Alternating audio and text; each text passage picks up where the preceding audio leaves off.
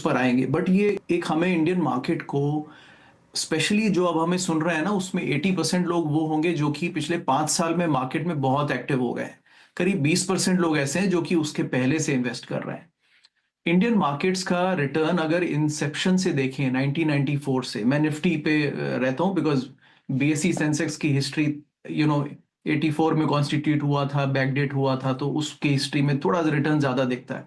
Nifty since Inception 1994 से returns आए हैं 12%, और अगर इसमें डिविडेंड्स को ऐड करें तो 14% बनता है। तो ये आपका बेसिस है कि देखिए ये 30 साल की हिस्ट्री है, तो इतने रिटर्न्स मार्केट से आते हैं, उसमें कोई डाउट नहीं है, आएंगे। हाउएवर निफ्टी 500 अगर हम देखें, जिसमें मिड और स्मॉल कैप टोटल 500 कंपनीज आ जाती हैं, उसके रिटर्न भी सिंस इंसेप्शन 12% से थोड़ा नीचे हैं। वो थोड़े ऊपर होने चाहिए अगर स्मॉल और मिड कैप आउट परफॉर्म करते हैं तो, लेकिन वो उससे टैड लोअर हैं, विच मीन्स दैट कलेक्टिवली ज्यादा प्रॉफिट एक्यूमुलेशन और ज्यादा मार्केट वैल्यूएशन आपको निफ्टी में मिलता है, निफ्टी 500 में नहीं मिलता है। अब पिछले 5 साल के रिटर्न्स देखिए, निफ्टी का कैगर है 25%, और मिड और स्मॉल कैप का कैगर है, सॉरी, निफ्टी का कैगर है 12%, और पिछले निफ्टी मिड और स्मॉल कैप का करीब 28 से 30% का है।